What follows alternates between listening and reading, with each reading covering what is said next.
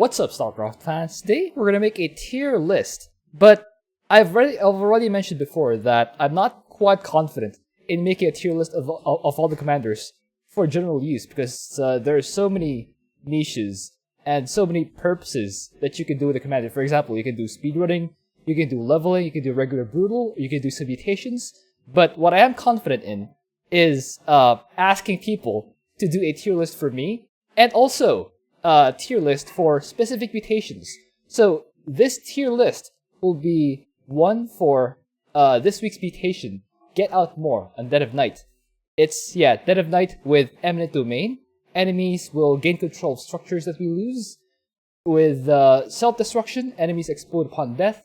And mineral shields, they will cover our mineral patches. So with me are Tutu and Styxbender, who are, on the call. Styxbender, Tutu, how are you guys doing today? I'm doing pretty good. So, how do you want to define the tiers? Like, is there a specific category you want for S? Like, for S, you only want to put a commander who can solo for, like, even, like, less than 50 APM or something? Or solo brain dead, something like that. And F tier is for people who absolutely need to be carried? Or how do you want to do this? Since this mutation, the enemy comp doesn't matter too much. It's more about the special infested. Yeah. That kind of matters. Yeah, if you get, for example, chokers, guys like Tychus might be really irritated to fight because they get like a huge chunk of their forces immediately disabled just by one unit, and that's really annoying to do. Though Chokers I guess are a pain. Yeah, I guess you can kind of counteract that with serious tiers. Anyway, how do you want to do the tiers? So S is just like solo with ease. A is solo with ease. I think we have to account for solo with ease and such, and we also have to account for like how easy is it for someone who's not trying to solo, because if you think about it, like soloing is kind of a different skill from playing two people. I agree. Like I know some people who can keep up just fine in Brutal +6. They can't solo anything. Because the skill sets are quite distinct. So I think we also have to just account for how easily can you just pull your weight with a mediocre to competent teammate. That sounds fair. I agree with that because not all. In fact, I could probably say that the number of people who can solo mutations is probably less than 1/10 of 1% of all players, if that. It's a small number. Yeah, it's a small number. So maybe Okay, you guys now officially appear on the video. Hooray! Congratulations. Yes. Okay, so do we start with Abathur? So again, we're gonna rank this like how like the average player, who's the average, or someone who's at least confident would play them.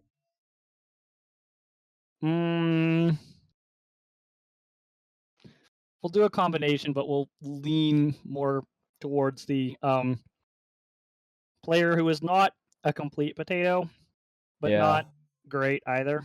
Let's just jump right into it. Yeah? What could go wrong? Okay, so Abathur, where would we put Abathur? Do you think he's good enough to be A for average people? By the way, do we assume prestigious here or no prestige? Prestige. Alright, fine, let's assume prestige is too ubiquitous. Okay. So, Abathur, where do we put him? S. S? Because locusts and ultimate evolution. Because he is a slug, and slugs start with S. No, don't you know? You know what? Fine. All right, let's put Abathur. I would personally put Abathur more towards A tier just because Abathur hard, but yes. So all joking aside, I mean. Yeah, we need to have a heavy justification for putting commanders on S or F. I feel. Because like these are so for Abathur, and unless Tutu, this is your chance to nominate Abathur for S and give us your elevator pitch as to why he deserves S instead of A. You don't need to work hard to collect biomass because the biomass comes to you, and you just need to move around. If you unburrow the swarm hosts during the day, you can kill all the buildings, and the swarm hosts, the locusts, will tank all the self-destruction shots, so you're not gonna get hurt very much. You can add Vipers if you want, but that's not really necessary. If you just make all Swarm hosts and some Brutalisks, you should be able to handle whatever enemy comp, whatever special infested comes at you. And if your enemy is Terran, then you just make a few spores and you're good. So you're assuming here that we are using the second prestige, Tuttling Horror, and that the player in question will know how to make or how to get the ultimate evolutions, and then they will know how to make swarm hosts. I mean, that's basic Abathur. Like, if you know how to play him, all right, you get 3 ultimate evils, and then you get getting an ultimate evolution is hard.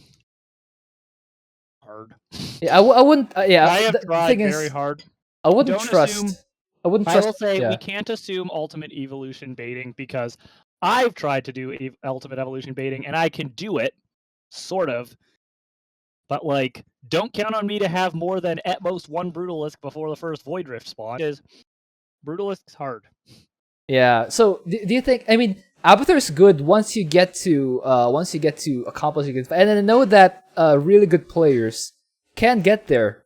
But like for the average player, even when shown, I've linked Lila's Abathur baiting video many times and I've watched it many times. I can do it after reviewing it, but like off the top of my head, I can probably have 1 by the time the first Void Rift spawn on this map. Yeah. So I think I'm leaning more towards Abathur A tier than S tier for like most players. Now, I will point out that just spamming pure Swarm Host works. Yeah, it does. Works. But you have to switch off the Brutalisk option if you're gonna spam just Swarm Hosts. And like, I don't trust anyone to ever switch off. You don't have to. Just yeah, that's true. That's true. I don't switch it off. Oh, here's the thing. You can just spam Swarm Host, and oh no, I got a couple Brutalists flying around. You just have them. You can still win with them. You can just still win with them. To be honest, it's a shame they can't burrow because otherwise people could burrow them in the base. Instead, they're going to have to do the. You can? Okay, burrow them in your base. Just go burrow them in your base and pretend they never happened. And you'll be fine. Actually, now that I think about it, are they that bad to have?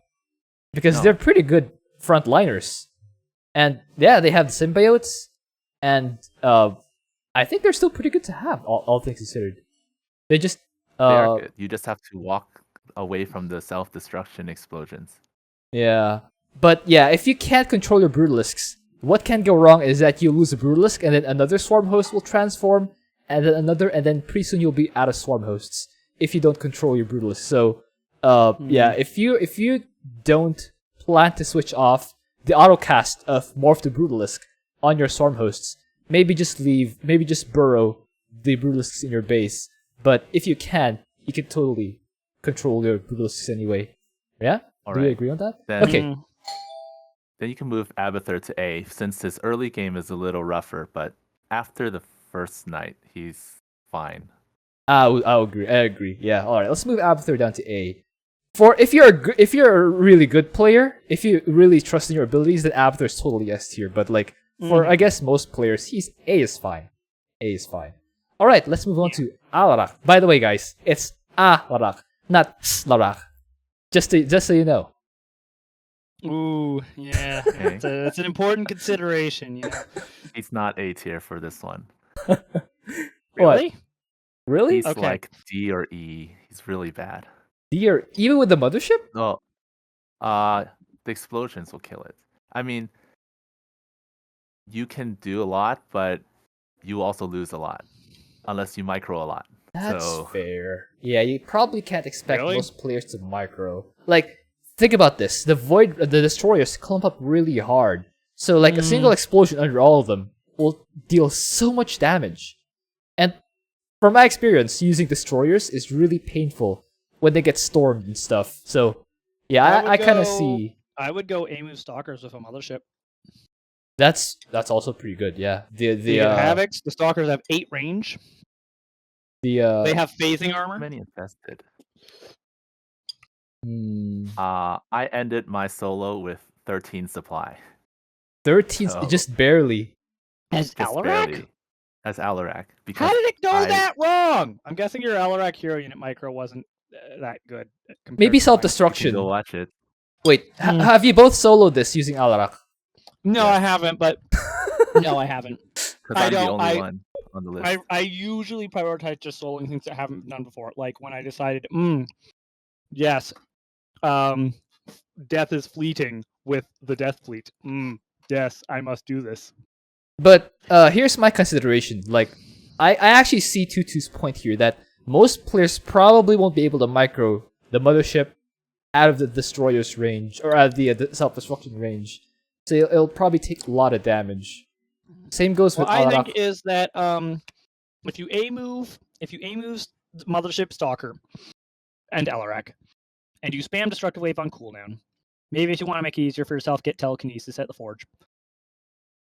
You shouldn't get a couple supplicants too to feed Alarak, of course, because he's just going to be running into self-destruct explosions, which is fine, because if self-destruct explosions are only hitting a single target, Alarak, then that's fine, honestly. I don't think he's bad, but I don't think he's good. So where does So it that's leave why us? I put So him in the middle. can we I guess say we'll put him at A then. A?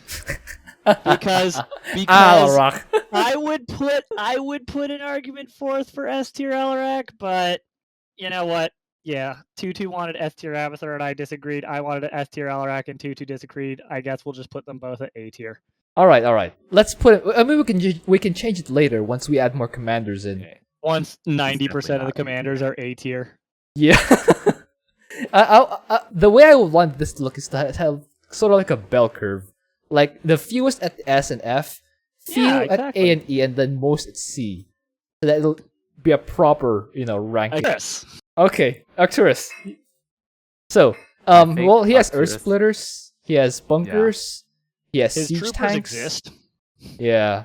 They can even repair. They can fast build. His tanks are pretty mediocre. They exist. They're Oh, and Arcturus has literally only needs literally one button to stop Hunterling attacks from player 2 spot. Yes, that is a big deal. One thing I will note is Arcturus is one of 2 commanders who actually cares about Eminent Domain. That's There right. are 2 commanders in this Nah. game who care about Eminent Domain, and one of them is Arcturus. Will that matter though? Because It's not gonna like matter with because they won't get big. repair, with fast building, It just can get out of hand really quickly if they take one bunker, because then they get all the troopers inside that bunker. And Mengsk bunkers, I don't know if you've heard, but they're really scary. I haven't actually faced Arcturus bunkers before because I haven't They're played. really quite scary. That's one consideration. But do we account for what if Arcturus had an ally? Would it be so even harder? What if Arcturus had an No. ally who, for example, if he had a Karax ally? Basically, self-destruction is annoying for Alarak, especially, or Arcturus, for Mengsk. Self-destruction is annoying for Mengsk, especially if they have Hunterlings.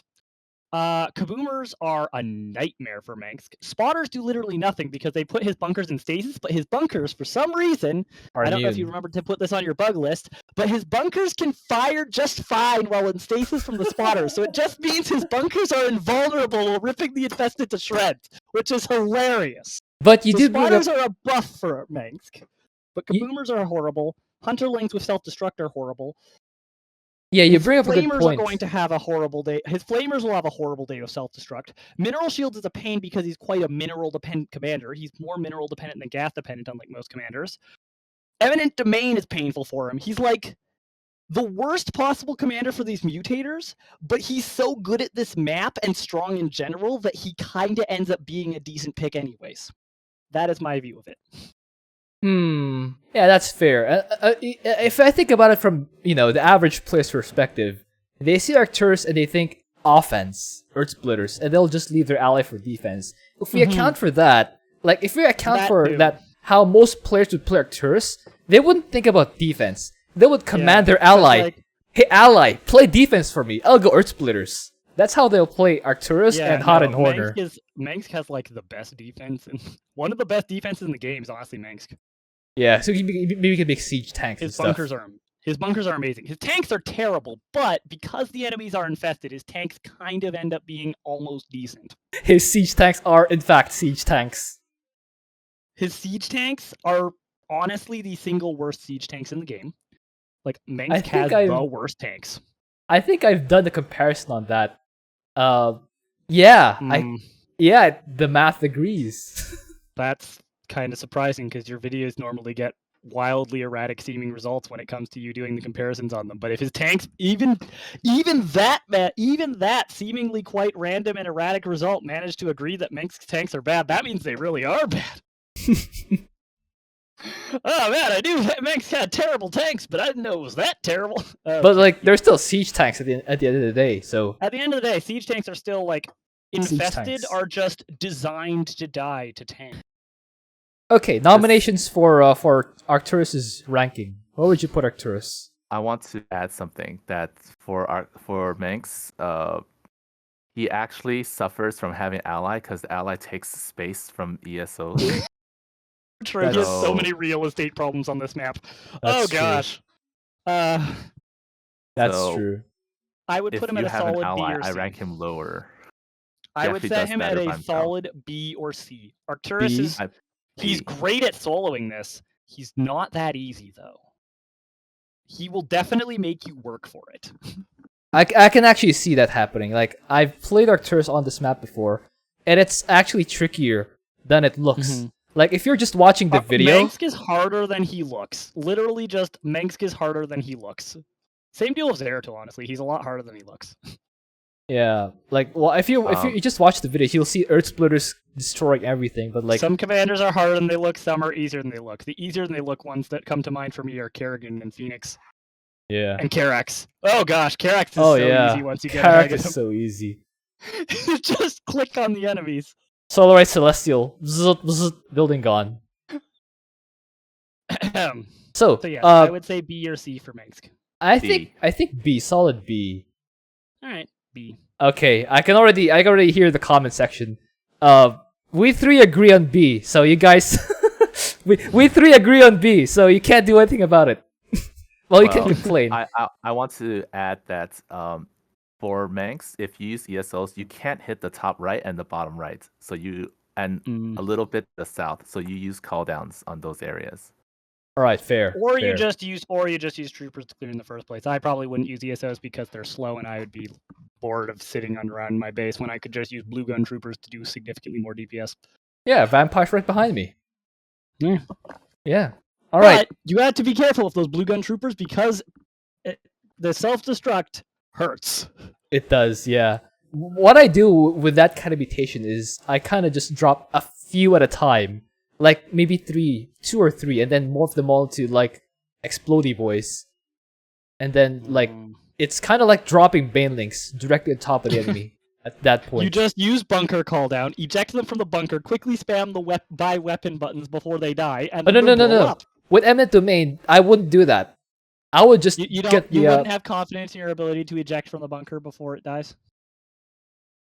Well, it's 6 of them. It's more expensive to arm 6 vampires than just 3. I would just have like 3 enlistment centers, rally them to wherever I want, then make 3 quick vampires off of them, and just drop them there, and then just morph them into the shooty boys, the nuki boys. Yep. Anyway. Okay. Yeah, we 3 agree on B. I mean, if you guys still disagree, you can write your explanation below it. The more comments you use, the better for my engagement. So yeah, please do. Yay! Please do fight amongst yourself with the comments. I encourage that. Fight me. Fight everyone if you want. Just spam the comments. Artanis. Here we come to the first commander that I thought would be nominated for an F, but I'm surprised that there's only one F nomination from Tiz. Yeah, Artanis is definitely going to have a bad day, though. He is not great at punching infested. He is quite bad at punching infested. Pretty bad. He gets an E from me. E? I put Artanis at F, but sure, why E? Oh, well, let me give... Okay, you know what? Because I didn't need to cheese with Artanis to beat this. But I had to. Oh gosh, you needed to cheese with it. Oh no.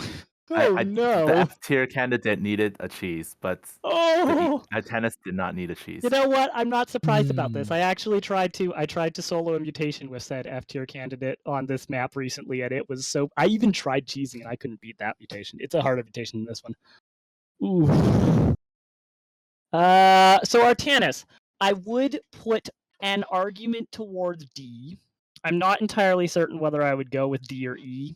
The argument towards D is that he's really easy. You literally just spam immortals with like a couple dragoons, and you A-click. Wait, you die. spam immortals Not on this instead of map. dragoons?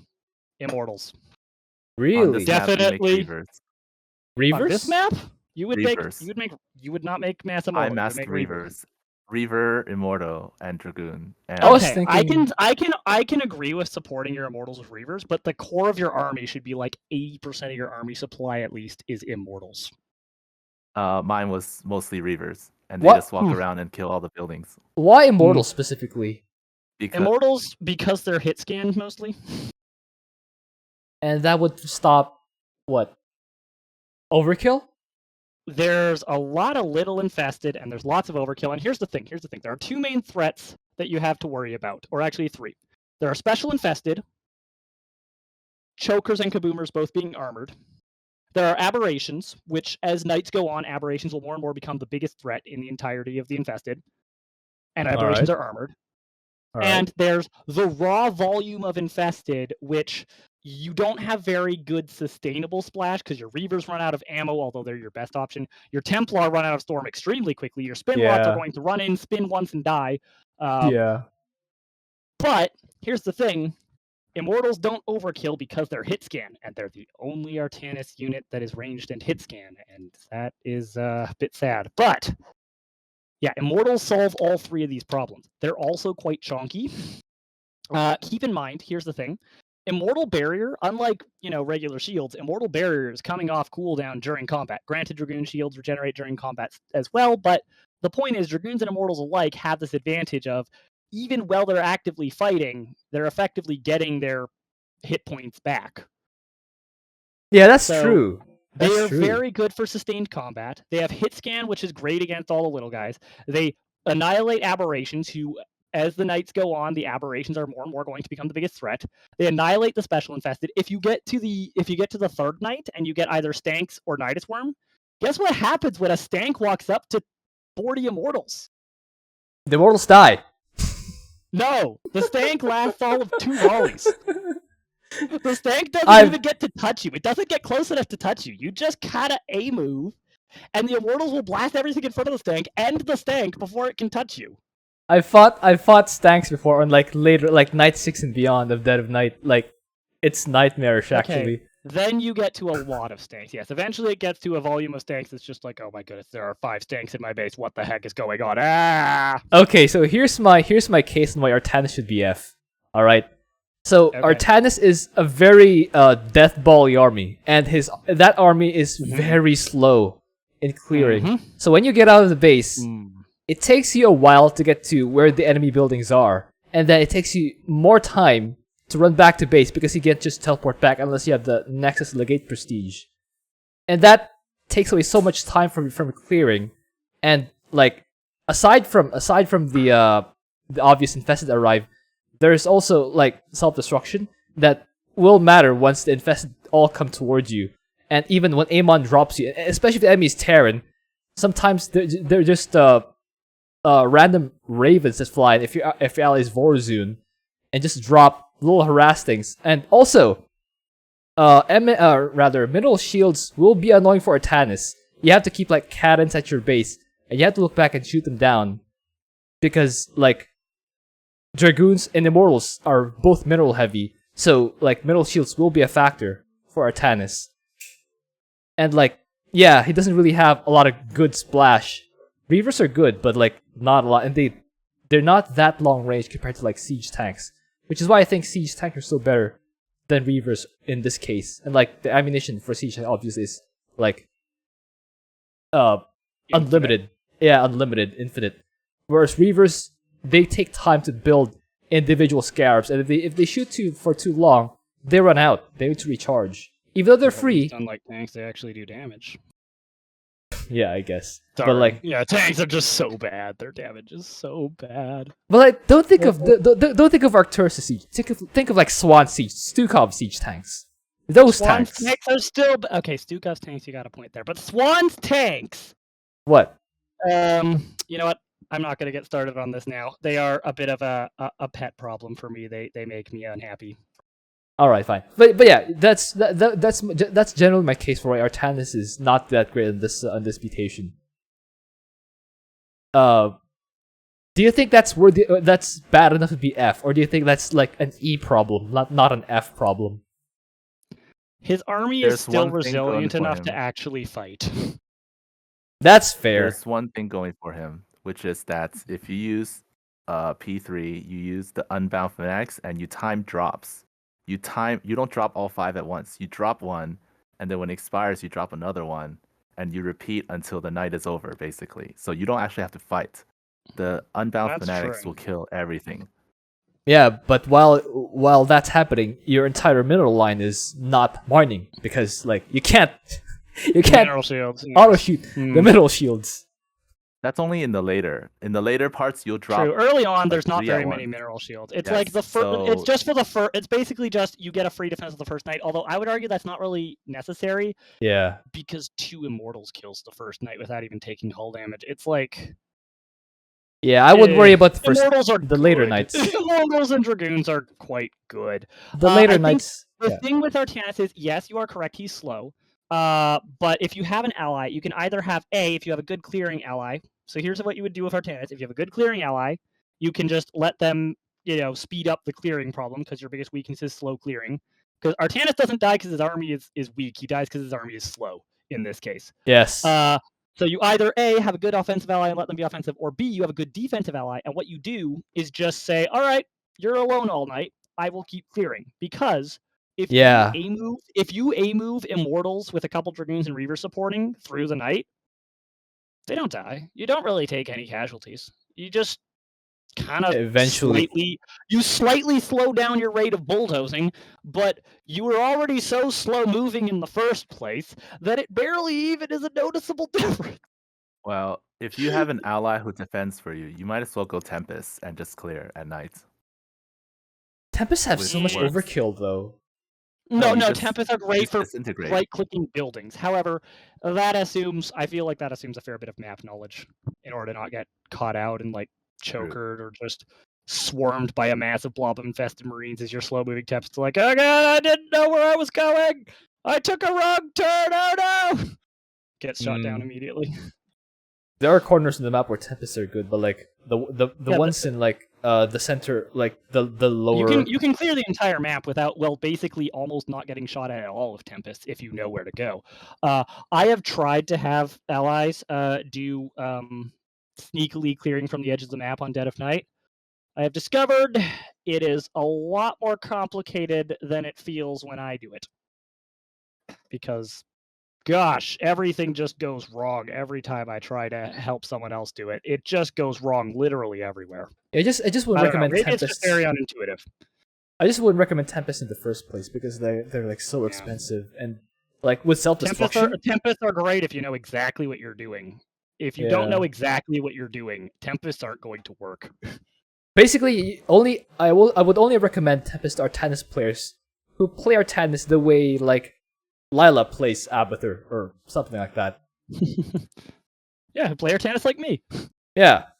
So what? What do you guys think of Artanis? E. We'll stick him in E. All right, fine. Okay. Well, I guess. I was considering D. I guess you guys are right that with an ally, Artanis doesn't need to march all the way back to the front and all the way back to the base. So that mitigates half his problems. I guess the only thing you really have to worry about are the mineral shields in your base, and enemies closing on you, self-destruction, actually dealing damage. So I guess E is fine for Artanis for this one, but he will definitely. Just remember, if you do make zealots, which you probably won't because you're going to be mineral starved, mineral shields anyways. Yep. Don't have them fight anything except for completely undefended buildings. Mineral shields. Just remember that. The mineral shields too. They can Yeah. slap mineral shields, and they can slap completely and utterly undefended infested structures, and that is it. But And that's actually one of the big things you use Zealots for on this map, is because Artanis is so slow at getting around to killing those buildings that you just send a couple of Zealots to go do it once your actual units have killed everything that fights back. But don't the broodlings that spawn from the infested buildings also have self-destruction? Yes, they do. Yeah. So do you think the zealots will still be worth in that case? No. It's much better to make cannons or like make cybernetics cores at home to like block. The cheese. Anyway. No. Not to block off completely, just to like tank damage. Funnel them in. Funnel them in. Yeah, exactly. That's good. That is fair. All right. Moving on to Dehaka. What do you think? What do you guys think about Dehaka? I actually like Dehaka here because like the creeper hosts can just siege the entire map from within your base, and at some point they can just clear everything. They have that range, don't they? I don't know the number, but I don't ever stay home and just send creeper hosts. That's true. What did you do for Dehaka here? I made guardians, and I kept my swarm host burrowed at home so I could F2A. That's fair. That's actually fair. Yeah. Would you recommend for Dehaka to just make the enemy not ever kill the rocks at the back of the base so that you only have one front? Or is that not even possible? Not necessary. Not necessary. You can clear the map. He can guard all sides. He can guard all four sides. That sounds like if you can guard all four sides, that's like an A tier already. Just with that. He's really good because the guardians do splash damage, and you just put a few guardians each side, and then Dehaka eats the stank in one shot. Then you summon a pack leader or something, tank a lot of more shots. So yeah. I used P2. So you always have a pack leader taking one of the sides, and then the army takes the other side. Yeah, that's fair. That's fair. Okay, so what do you guys think about Dehaka? Solid A? Or creeping on S? Really? What? I mean, I've been listening to this and I haven't been hearing anything that makes him really A level. I don't think he's S. Guardians aren't that fast at clearing, and swarm hosts aren't that impenetrable. Well, I'm thinking here for the average player, like, how will they lose Dehaka? By macroing slow. Yeah, that's fair. That's fair. That's fair. Like, I've seen some players play Dehaka, like, rock slappers, yeah. Literally. I would put Dehaka more in B. B? B. I'd put him A. Probably B. I'd put him in B. Okay, so we're gonna have to make a comparison here. Dehaka versus Alarak. Who has an easier time on this mutation? Dehaka. Dehaka has an easier time. Alarak as A, but that's me. Okay, so yeah.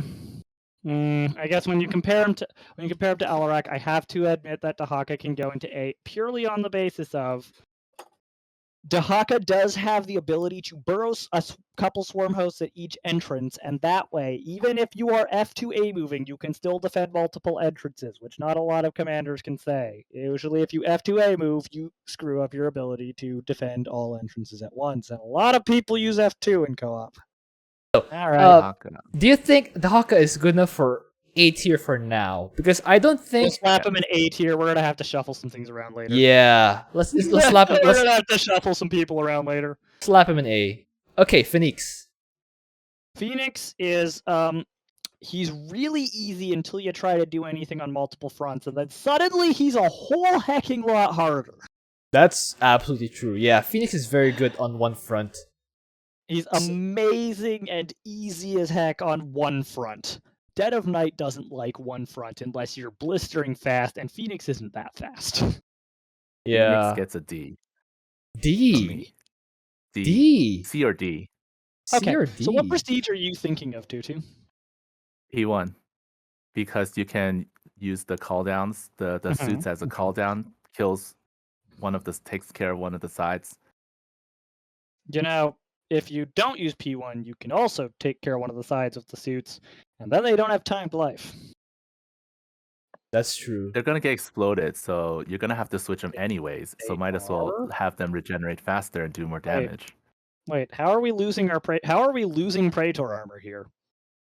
Because there are explosions. Self-destruction? Yeah? Is self-destruction enough to lose the Praetor suit? I don't. If you don't move it, it's enough to be a bit of an energy drain. Then you have to switch it anyways. Well, yeah, you have to switch anyways, but you'll just alternate back between the two. You don't get 100% uptime of P1. You do get 100% uptime with just alternating between Praetor Dragoon. Praetor Also, Dragoon. I don't like using P0, so I'm not using P2 for this one. And then you could use P3. I don't like using P0. P3 is literally just better P0 on Phoenix. The downside is basically non-existent. It's basically pure upside. It's not it's not a giant upside in most cases, but it's pure upside, honestly, I feel. So the thing with Phoenix here is, I don't see anything that particularly pops out as either too strong, but yeah, you guys are right that Colossi. Well, the existence of Colossi is just so good against Infested. But like during the later nights, like when you have to defend multiple fronts, I guess when you have an ally, it's a lot easier. For example, if you have like bunkers in front, or like outlaws in front, or like dragoons in front, the claws will do really good. But like that's not the way we compared, all these other commanders. If Phoenix is a low, So I don't think Phoenix is even all that considered. I don't think Phoenix is that low. Like I would put him C at lowest. Yeah, put him in C. Anyone disagree? Okay, C is fine. C is fine. But guys, he has a hero in front. He leads his army personally, and he can skip the tech tree. That's S tier, right? You can also change his name. but guys, Smash Carrier. Don't make carriers make self-destruction. Don't do it. You will suffer. Okay. All right. Han Horner. Han Horner can go in B. B. The way Han and Horner is played, like the way Han Horner is similar to the way Arcturus played by normal players. Like they would ask their ally to play defense. I think Han and Horner goes with Mengsk because they're slightly better at clearing, whether you play them the A-move Reapers or with the Strike Fighters. The Strike Fighters are better, but they're slightly better offense than Mengsk, and they are considerably worse defense. But the offense is usually the part that I think most people struggle with on this map. The part where you actually have to kill buildings eventually is what I think a lot of people struggle with on this map. So, and I would put them in B with Mengsk. Yeah.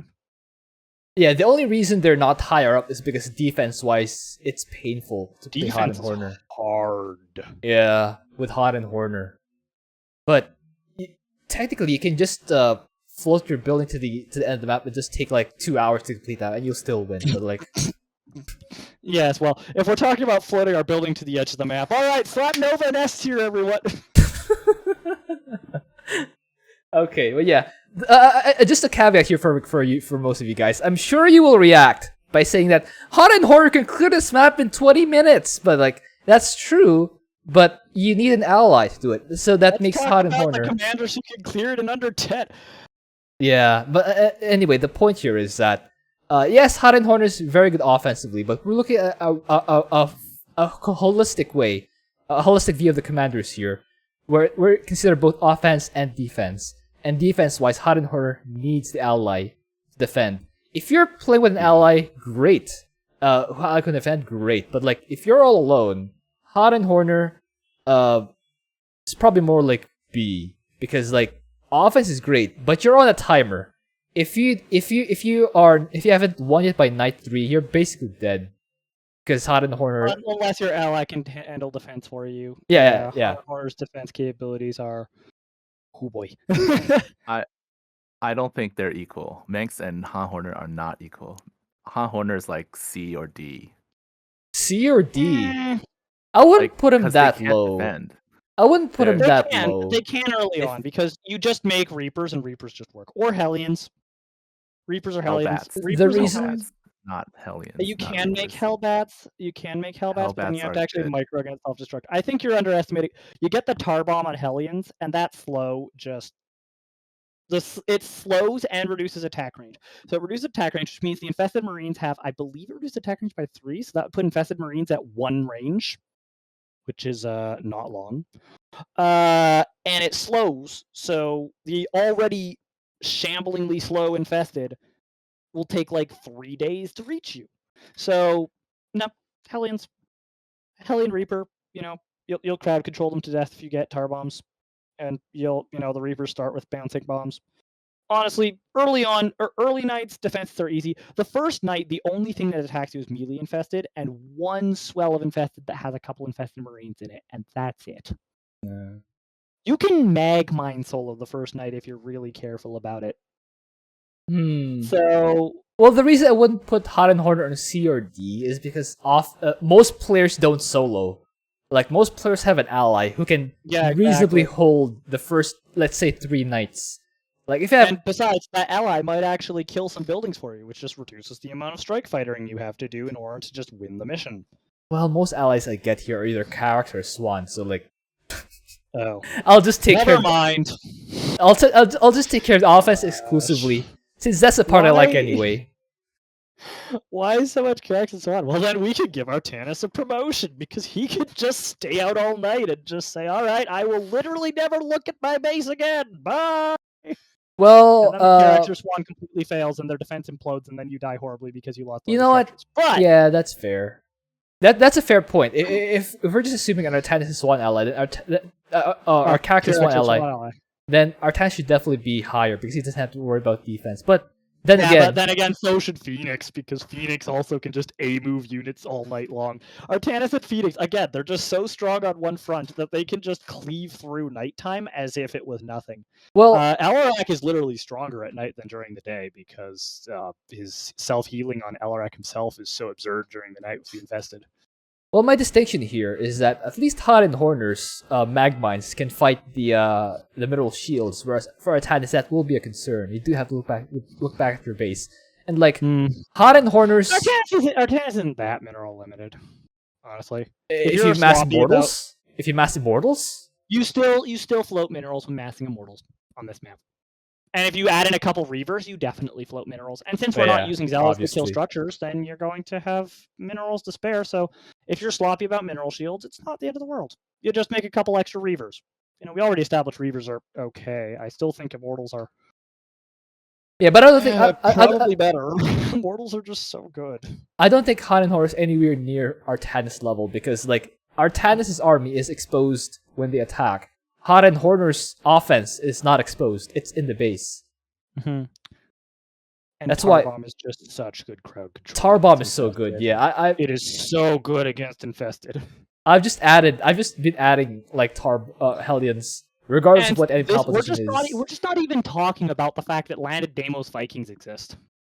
Yeah. Have you seen what landed Deimos Vikings do to infested? Yeah, on one front. It is spectacular to watch. They just go through. They're like Hellions that have more damage. Basically, the only reason Hunter Horner are actually dead on night 3 is because you have to defend multiple fronts with That's true. only units, no structures, which means if you F2, you die horribly. And 2, Stanks and Nidus alike are both, oh shoot, I have no solution to this except for a space station smash. Yep. That's why, so holistically... space station can help, but... Holistically... Hot and Horner is great on one part of the game, but they're not quite well-rounded enough to make it to the A or S tier. This is how we're looking at it. If you know how to play Hot and Horner, you can handle the third night if you know how to play Hot and Horner. But it's going to be a bit scrappy and bloody, and the fourth night is going to be you do not want it to get there unless you've got an ally who can seriously handle it all for you. Yeah. Okay, Karax. And honestly, your strike fighter should kill it before night 4. Yeah, if you're Hot and Horner and you reach night 4, you failed. Anyway. Yeah, you did it wrong. Karax. Do it better. Karax. Are we assuming these people know what a unit is? Karax is kind of difficult to rank because the way I play Karax is I just have observers spotting for solar lands on Solar Celestial. How you should do it. The standing speed run for Karax soloing this map uses solar lands to kill 90% of the structures. Maybe like a couple of sentinels for the biodomes and stuff. No, you don't waste time on sentinels. You just use your defensive colossi who are holding the knight. They just walk out to slap the. You orbital strike the biodomes. You just slap the undefended structures with your colossi who sit at home. Your colossi sit at home to defend during the night. During the day, they slap a couple undefended structures, and other than that, you just walk around and solar lance everything and orbital strike the biodomes. You have so much energy lying around. Yeah, I know. It's not actually that bad to orbital strike the biodomes because you just are swimming in energy.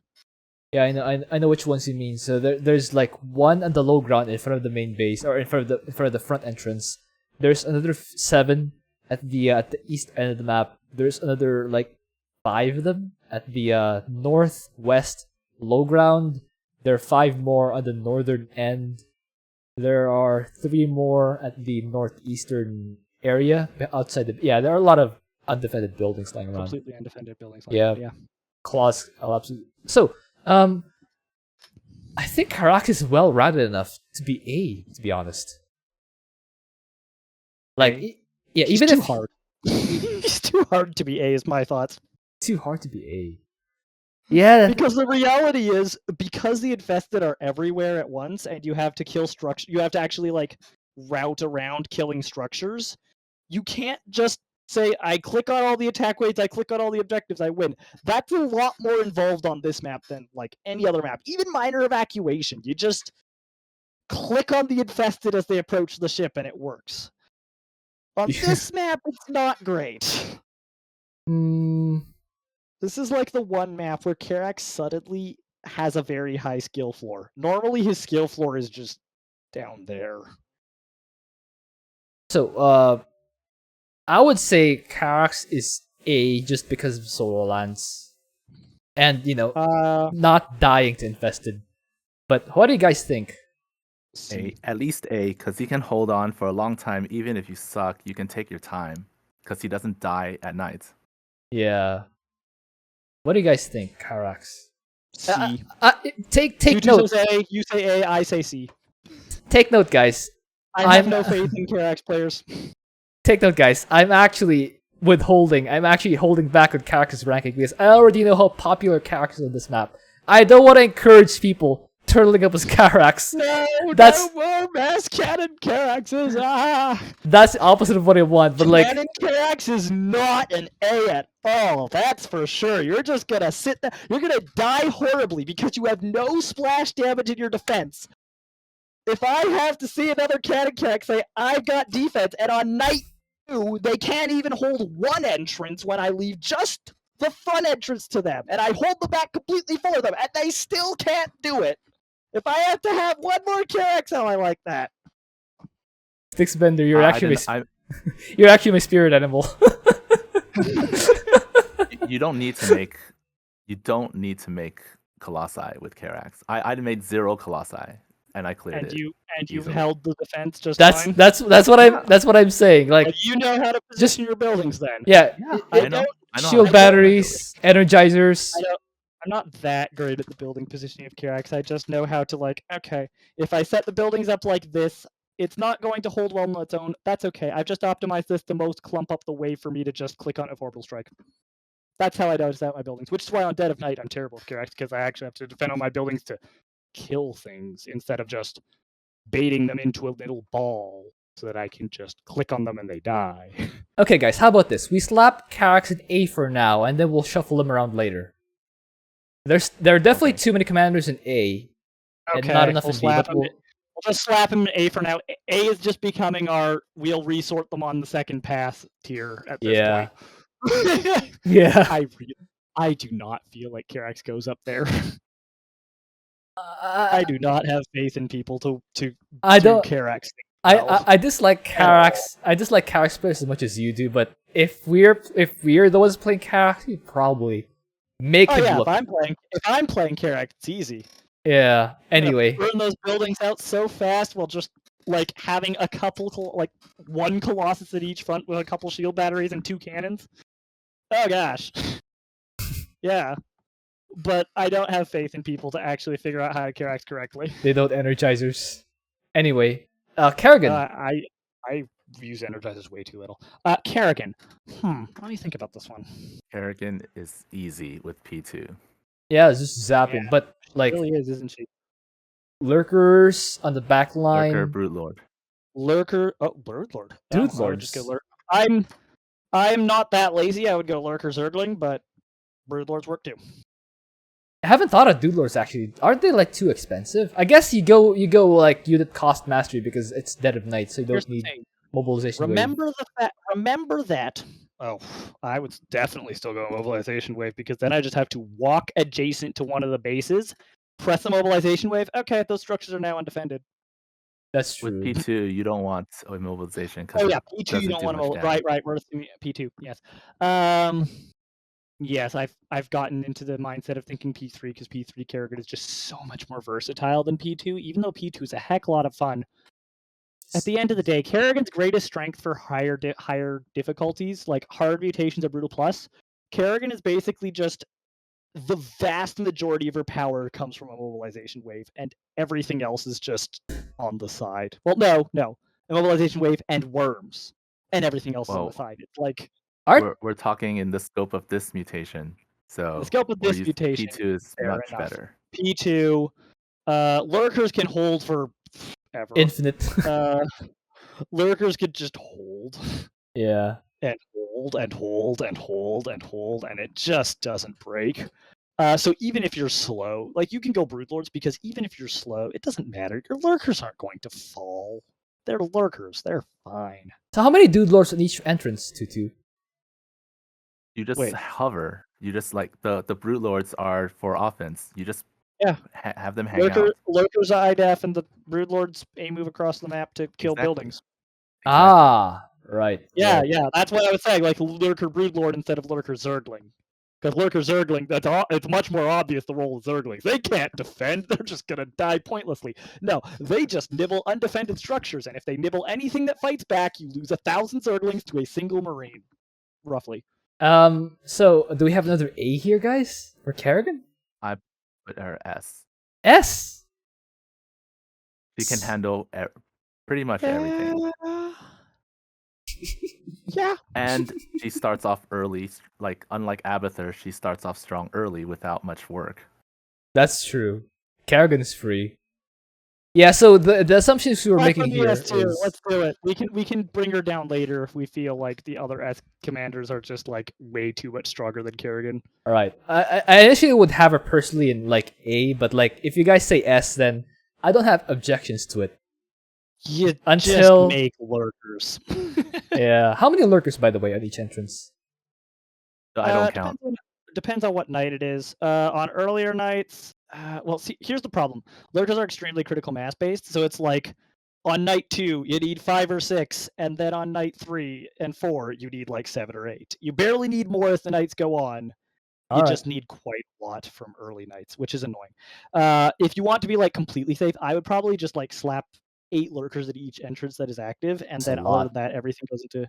Well, actually, no. You know what I'd really do? What I'd really do is I'd put pretty much all my gas into lurkers and a couple Nidus Worms. And Kerrigan solo clear? The rest of my army is Kerrigan and Zerglings. Is Kerrigan and Zergling clear? And Zerglings don't cost any gas. So I can put almost all my gas into lurkers because I'm only killing buildings with Zerglings, and Kerrigan kills all the defenses. Kerrigan kills all the defenses, Zergling cleanup crew follows behind her as just a wave of all buildings shall be banned. But Zerglings, self-destruction. Yeah, Zerglings will die at self-destruction. They survive 2 self-destruction blasts if you remember to get hard. At the end of the day, they're like mineral dumps, so like... They're mineral dumps. If you're gonna have... You are going to have tons of Zerglings, they're expendable. And worst case scenario, oh no, my Zergling died. Now Kerrigan has to slap structures. Oh, the tragedy. Yeah. So Kerrigan attacking a building, which actually if P2 is slightly painful, but that's besides the point. Let's leave Kerrigan at S tier for now. Let's move on to Nova. Hey. We have the well, I would say that Nova is actually almost like Arcturus level, because like with infiltration specialist, you can just clear solo, and then you Yeah. still have. And you can do it considerably faster than Mengsk and Han and Horner, and you can do it with absolutely no resource investment whatsoever. Yeah, and you can have Liberators, siege tanks, even And her Hellions. tanks are actually decent. Yeah. They're better than honestly. I'd put her tanks at the second best tanks in general for this purpose. Would you say that her? Toss up between her and Jimmy. Would you say that her Ravens are good for defense here, or would the railgun turrets just kind of backfire? Don't make Ravens. The railgun turrets would help and all, but the Ravens are just. I wouldn't put the effort into Ravens. Yeah, I would not put that effort in. I would just make Liberators and tanks. So Eminent Domain is not a factor for Ravens. No, you don't worry about that. Okay, good. Like if they take a turret, your tanks will blast it. So it and won't even better. hurt you. Here's the thing: the biggest thing of the turrets isn't the damage they deal; it's the body blocking they do, and they do that even better once they belong to Amon. Yeah, that's true. So just siege tanks and Liberators for Nova defense, and then Nova goes on offense. So what? Nova's another A tier, or like high B? A tier. A. High A. High A. Little High effort A. you need. You don't need much effort. Great. Yeah, down. But Raynor, where do we put Raynor? Raynor. Do you see your Raynor's? Raynor's good. Raynor's good, but how good exactly? Raynor is good. Well, when I played him, I used up all the space, so that helps. If there's an ally whose structures aren't helping you, then that actually hurts. You need a lot of space. Just put a lot of tanks, and then nothing gets in. How did you kill the structures? Call downs, battle cruisers, and Hyperion. I would definitely have used Banshees over battle cruisers, but that's just me. Yeah, that battle cruisers can teleport, so that's why. Banshees are invisible, and again, I like how this map has so little detection. So which prestige do you use for Raynor here? Rough Rider? P2. Yeah, Rough Rider. If you're soloing, yeah, or in general, P2. The reality is P3 Raynor. Really, your air units are going to have a really hard time defending. If you can trust your ally to defend well, then P3 Raynor can just kill structures so fast. Yeah, spam out the things. So what? Well, actually, to be honest, even still, the fastest way to clear structures, unless you really know what you're doing for Raynor, and actually, even if you really know what you're doing for Raynor, this will just be even faster still. Marine. Where do we put Raynor? B. All that said, B or C, because he's just he's like, this is all assuming that you actually know how to macro the heck out of this man, and that you don't just die because your macro isn't super sharp and you end up with no units and you die a horrible death. Wait, building placement is more important than the macro. Plus, non-mutator stuff is honestly, Raynor's more threatened by the non-mutator enemies than the mutator enemies. It's like, oh yeah, Raynor, I can kill these infested. The mutators do nothing to me. Oh god, there's a Templar on this map. Yeah, like disruptors. Oh gosh, it's Colossi. Stanks. Oh shit, Hybrid Dominator. Everything's dead. Well, we can have a look. I'm reluctant to move him above C, but we can put him in B. We can have another look anyway. Anyway, Stat Boy. Yeah. My rankings are based on how stressful it was to play them, and Raynor's really chill. You just sit there and you don't die. You don't have to worry about dying. Yeah. No stress, even though it took longer. Artanis a stressful experience. Yeah, because I died. I played Artanis on this map before. It was super stressful. Even without mutators, it's so stressful as Artanis on Dead of Night. Because your units just, they don't have healing. And, you have to walk all the way to the front and walk all the way back. The problem is just looking at the clock and saying, oh gosh, it's been 2 days and I've killed 10 buildings. Yeah.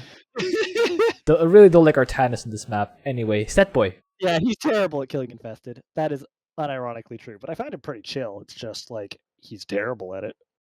Stat Boy S. It feels real chill as you fail. That means not S. Well, I put him in D. That low? I guess Stat Boy is pretty involved to play, but like B? You have to know what you're doing. You Whereas, don't if you like, just aim at Ultralisks.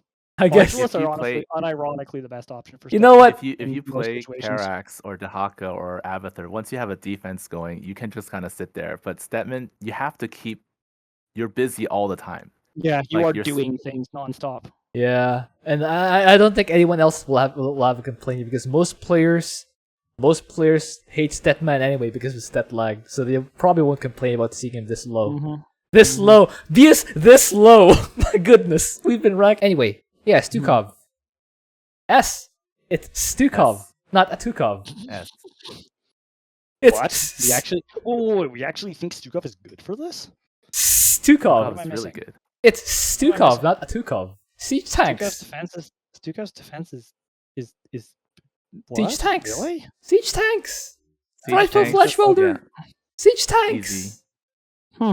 Survive first night with the 2 call downs. You'll and then never once you have enough die. tanks, you do everything. You'll never die. Very, very chill. Oh, Yeah, you don't have to make a single bunker here. Go Frightful Flesh Welder, mass siege tanks. You're good. okay. I use That is- P3. You did use P3 and then you that's funny. So you went for siege tanks and Either way, Siege. yeah, siege Just tanks. because you use P3 doesn't mean you don't use tanks. Yeah. Absolutely. So Okay. I didn't see that Stukov. one coming, but okay. Okay, so we have Sarragan and Stukov. I mean, I don't know. I don't play Stukov on this map enough. I don't know. For some reason, I don't like to roll this map when I'm playing Stukov. I can't remember the last time I rolled this map with Stukov. I don't know why. Yeah. The CPU begged the game not to get. Yes, my don't want a CPU is mirror giving match. out those 6 stacks of bribes. Anyway, Swann, guys, Swann. One Better than B. Karax. He's better than Karax at defending, that's for sure. So Better at Swann, defending, worse at offense. just float a Hercules around. Float a Hercules around. Use the laser drill. Make Wraiths if you Can't want to do attack all Yeah. that. during the night. Time. Wraiths are great. They're invisible and there's low detection on this map. They do great DPS if you do even just the minimum like little stutter step thing of the Wraiths. They just rip through buildings in a very timely fashion. Yeah, if you don't like Wraiths spending are great. gas, tanks- float a factory. Let the I mean, factory. his tanks aren't. Yeah. I'd put. You know what? I'd put him with Jimmy. I'd How- put him with Jimmy. How about you, Tutu? B. B? Alright, fine. Sorry, 'Cause Swann, he you're works- you have to work. Buon now, Swann. Mm-hmm. You're Buon. What? Buon. I mean, he can defend, but his offense, you need to know how to shoot your But like, the concentrated beam. yeah, but like, if, Why? why is it that for Swann a cooler name for him? Buon? Okay, guys, just answer this question. Why is it that when we're thinking of how chill Kerrigan, Stukov, Karax, and Nova are, we rank them high, but isn't Swann's defense just as chill? But the effort he has to put in to clear stuff is more than for Stukov It's so or Kerrigan. much or effort to Nova. clear with Swann. Yeah, I guess. Fine, And fine. also he has to reach that critical mass of tanks, and honestly, I think he has a harder time doing that because like Kerrigan and like Nova, they can reach that defense pretty easily because, well, for Nova, she doesn't have production times on her units. She just summons them Cooldowns. from the cooldown. And Kerrigan has a hero unit that can buy you as much time as your slow, terrible opener build order needs. Yeah. It doesn't matter how bad your build order is, you'll probably be able to survive long enough to get those lurkers out because you still have Kerrigan. Stukov, his top bar is just so strong that he can handle the early game. Swann, okay, you got one set of warbots. That's your time limit. You better have tanks out, buddy. Flying Betties. Yeah, you can build Flaming Betties, but I know that most people who build Flaming Betties either build like one Flaming Betty in relatively like in the middle of an open location where it can be hit by all the special infests and then have no one repairing it. Or they build 18 Flaming Betties and then they don't have tanks until night 3. That's what I feel like is all the Swans I've seen. And then they forget you can salvage the Flaming Betties in order to make your tanks. Sorry, Which you should Buon. do. Sorry, Buan. You know what though? Don't apologize. He's now Buan, and that is such a cool name compared to Swann. He's gonna be Buan forever now. This is the new canon. Buan. Sorry, Buan. You're still number one. You're still number one in my heart. Oh no! No! Okay. Okay. Tychus. Tychus. Tychus. I guess. Dude with Man. minigun. C or D. Yeah. It's gonna be really difficult in the later Underlings nights. exist. Your Yeah. life sucks. You're gonna really. Most people think about chokers. Hunterlings are also a stun lock. Yeah, you're gonna really depend your ally, with Tychus here for something. Either depend on your ally or depend on your ability to actually properly fight the special infested, which is going to mean a whole lot of don't mess up once or you're just dead because you are perma-stunned. But you have to answer one question for the comment section. Why isn't Blaze enough to salvage Tychus here? He only holds one side. No, that's actually wrong. Well, P2 Blaze. Blaze is ready to fire it up. P2 Blaze. I was half joking about that question, by the way. I don't make Blaze a actually, lot. You're kind of. Well, I mean, yes, but you're talking to me, and you should realize that I make Blaze. Honestly, he's one of the most common outlaws for me to build. I make so much Blaze. Blaze is so good, honestly. Even if you don't have a situation for his wildfire to spread out of control, his oil is a massive attack speed and move speed slow on the entirety of an attack wave. And you should know, when I play Tychus, I mostly play crowd control based. Like, my favorite setup is like I go Tychus with the stunning grenade, Sirius with terror rounds, Vega with the confusion, Blaze with the slow attack speed and move speed. So what? You don't use the second prestige? Amon, you cannot fight. You cannot fight me. I usually do use the second prestige. It's just that that means that no matter where my guys are, they have crowd control for themselves. Yeah, but that's a lot of control the heck out of Amon. Whether I'm using P1 or P2, and I like P1 a lot. That's probably not what like most players would do. Yeah, no, definitely not. Now, here's the deal with Blaze. Blaze blows. If you use P2, and you use Blaze, you get your third outlaw out. You have 3 outlaws, and then you get the bonus against light, and you get the wildfire additive, so it spreads.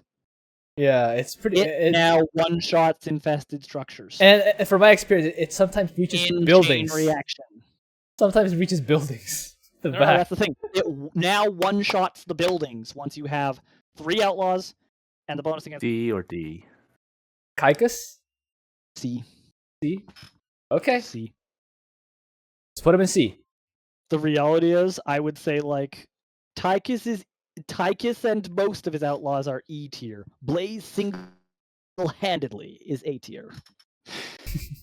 That's what I would put it. Tychus is E tier, Blaze is A tier on this map, yeah.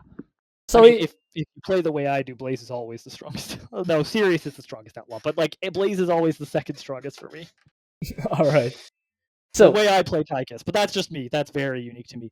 Vorazun, she's strong. Defense though, like, ooh. Defense is a bit of a pain though. Yes. Also, okay. So offense-wise, hear me out here. Offense-wise, I don't think she's as good as Hot and Horner, but no. Defense-wise, I don't think she's as bad as Hot and Horner. Still not that good. Yeah. Really? So no, she's not that. She's not. C. Yeah, I guess I'm just thinking about how fast she can clear the structures, but I'm thinking about like she's so thing, not the simplicity. It is not easy to kill the structures fast with Vorazun without losing all your DTs. She's so vulnerable to self-destruction at all. You don't make DTs? I made Void Rays.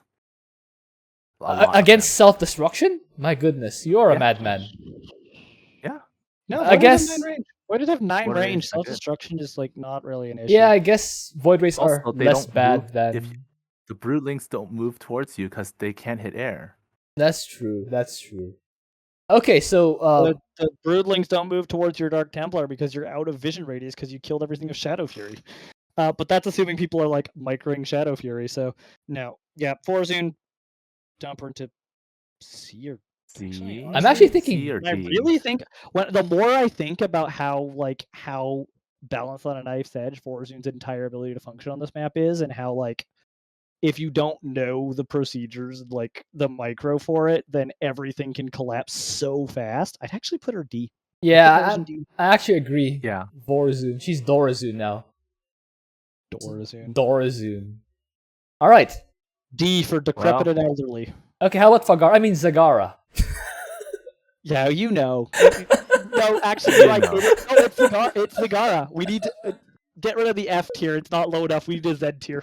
Fagara. I almost Zagara change it gets to Z tier. F tier indicates that she's much higher than she is. here. Okay, Zagara F.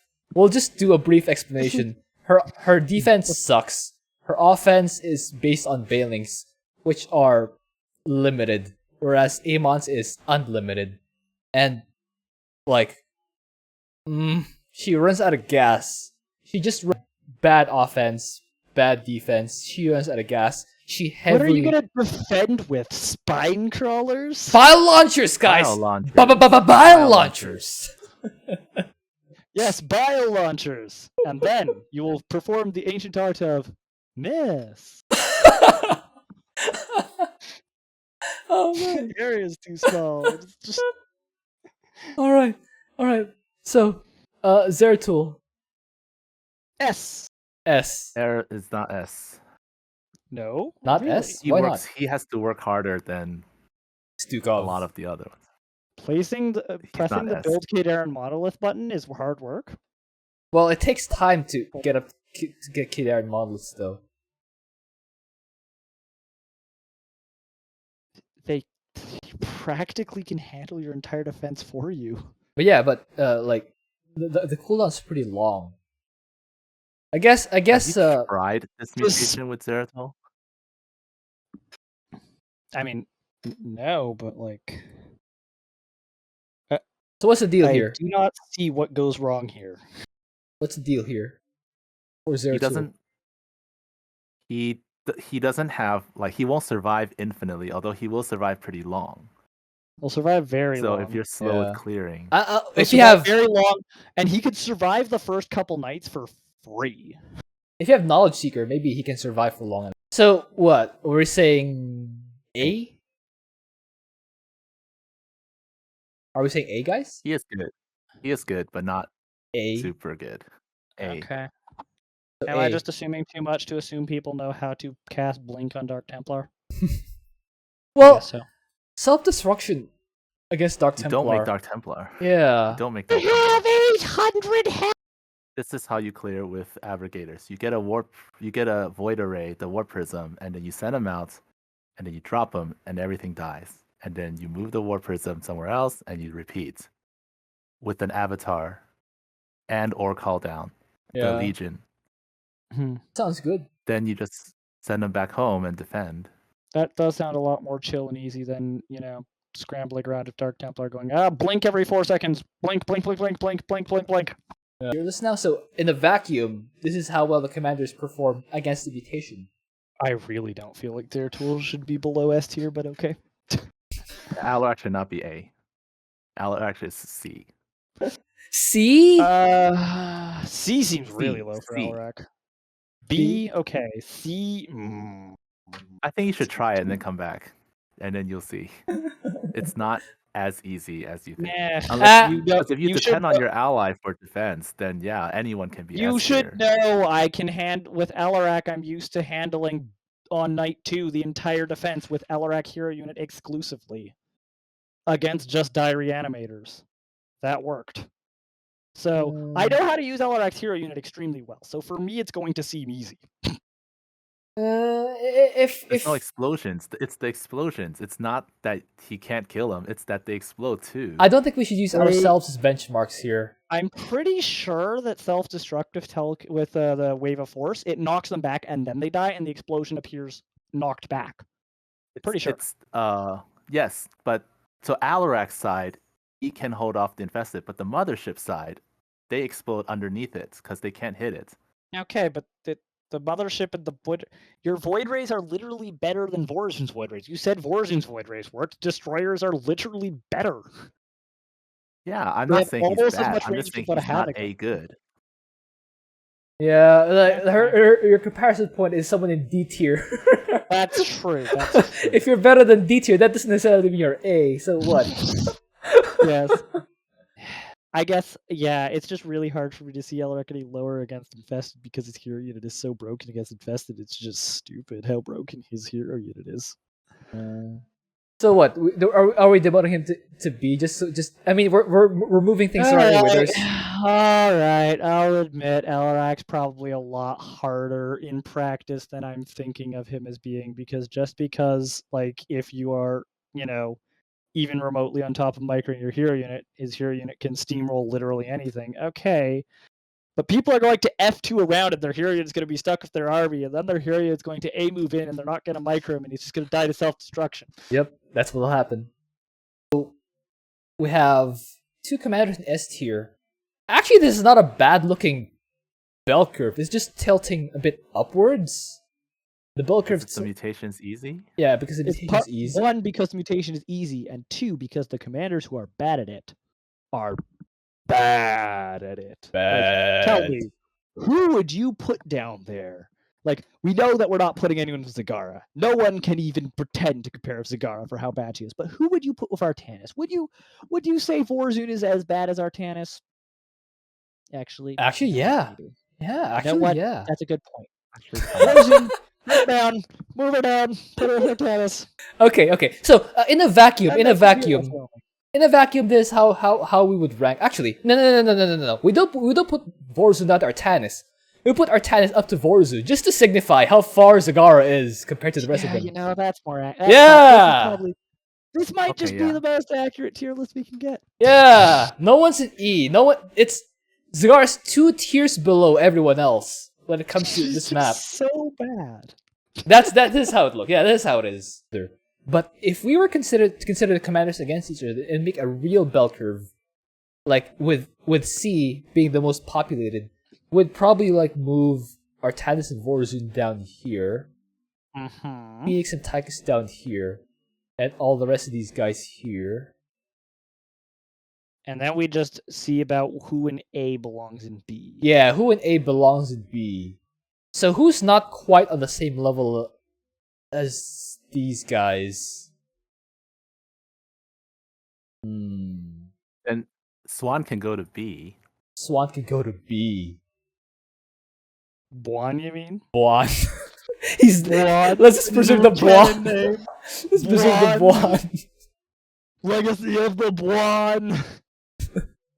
Okay, maybe we can put like three more guys in B. From A. We have to demote 3 guys from A to B. Make it more like a bell curve. I guess it makes more sense to say who actually deserve to stay in A. Yeah, who deserves to stay in A? Who are the strongest among these in A? Abathur, Zeratul, Karax. Well, I put Dehaka in B. Dehaka in B. Dehaka in B. That one is because he can't last. He clears fast, but if he doesn't clear fast, then he gets in a little bit of trouble. I mean, you know, I already felt like Karax should be in C tiers. So Karax, we put Karax down just because. Move Karax down. Yeah, just because. Yeah, sure. I don't want Karax in A anyway. And he relies on a level of competence that I do not have any faith in people to provide. I mean, in a vacuum, Karax is in A, but like I don't like Karax players on this map. Karax is fine, but Karax players. I have no faith in Karax on this map. Karax just makes this map hard. He can do it. He's great at it. He can handle incredibly hard mutations on this map if you know what you're doing. But if you don't know what you're doing, he can hardly handle standard brutal. Sorry, Karax. Well, you should play as if your ally doesn't exist. So soloing. Let's not say solo. Let's assume a hard carry. No. A hard carry. The easiest way to play Karax is to not assume your ally doesn't exist, because if you try to do both jobs at once, then you have to actually be a good Karax. If you're a good Karax, then you can do both jobs at once. If you're not a good Karax, you're going to have a hard time doing either one of the jobs in isolation. Okay, so here's how it looks right now. We have 2 guys in S, 3 guys in A, 3 guys in B. Do you think this is like well distributed enough to be a proper bell Who curve. do you think deserves to be downgraded from A to B if we were to do it? Which this is well enough, to be honest, for now, if we want. I think it's fine. It's fine. All right. Then I think we'll call it, yeah? This is our tier list for Get Outborn, Dead of Night. Again, the mutators are Self-Destruction, enemies explode upon death. Eminent Domain, the buildings will respawn for Amon once they get killed. I guess that's one of the reasons why Karax gets demoted to B. Because if you lose a building, it gives it to Amon. Well, that doesn't matter for Karax because he has to steal the pylon before it does anything. I mean, just, Karax has that feature. Karax has that feature that the other commanders don't quite suffer from. Even Abathur. Remember Abathur before? Like, before a certain patch, Abathur's toxic nests did respawn for Amon. And that was a nightmare to fight. Oh yeah, that would have been real. But fun. now it's not. So like he's definitely Abathur. Yay. So alright. CTG, will you be mad at me if I ask your comment section to spam hashtag Buon? No! The more comments there are, the better it is for me. Spam hashtag Buon in the comments. Buon with two N's. With two N's. Hashtag Buon. Buon. BWANN. Hashtag Buon.